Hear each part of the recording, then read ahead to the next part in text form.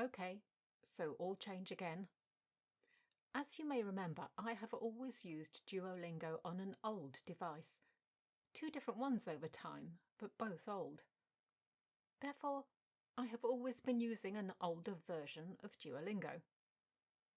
Well, back at the end of October, I got a brand new phone.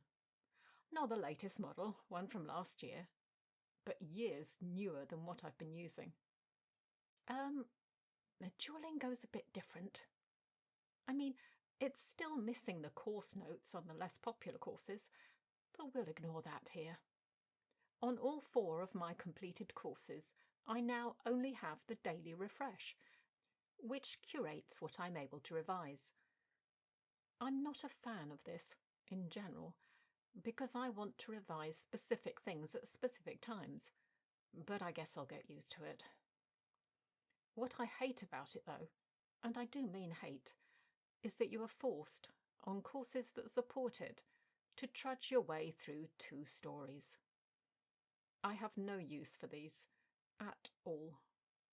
Even first time round, I found them nauseatingly bad. And yes, I know from the former forums that some people love them, but this is about me. You should be able to skip these if you want. They are wasting about 5 or 6 minutes of my learning time. You also get the option to just revise, or go for legendary, even on the stories, which is weird. I still haven't really worked out how this works. In French and Italian, it's okay, because I can work my way through the legendary levels. In Welsh, I haven't a hope of doing that. Why do I not get any lives to lose? Is this a subscription-only benefit? And why does the Welsh version keep giving me the same things over and over and over, with very few additions? This is boring, even if I do get things wrong. Okay, the positives. Some of the in-lesson features I really do like the fact that sometimes you can say the answer rather than type it. This helps with making it easier to formulate sentences mentally, on the go, as it were. Unfortunately, this doesn't work for Welsh. That may be because I maxed out the number of languages on my phone, which would be a phone problem, not a Duo problem, obviously.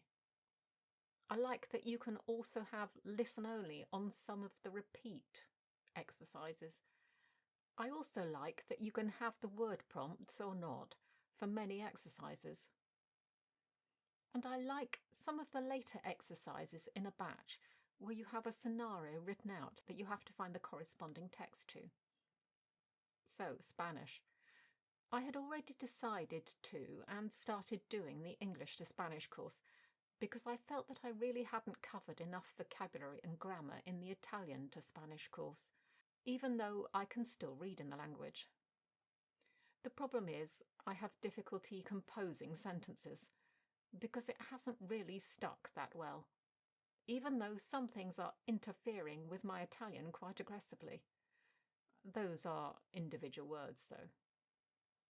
So, on the Spanish course, I discovered that grumpy old Lily has these weird little interview things where, once again, you have to choose a response.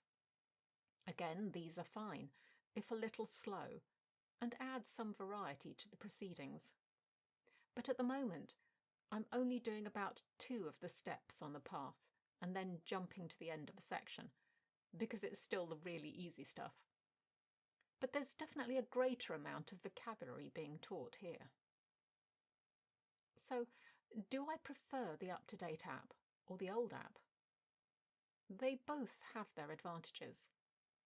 My biggest gripe is not being able to revise what I want to revise, as I've already mentioned. Some of the things I'm forced to revise really aren't relevant to me, because, in case you haven't noticed, I'm no longer in my teens. Plus, I have no idea if I'll ever get to the end of this process, or if it'll continue forever and a day.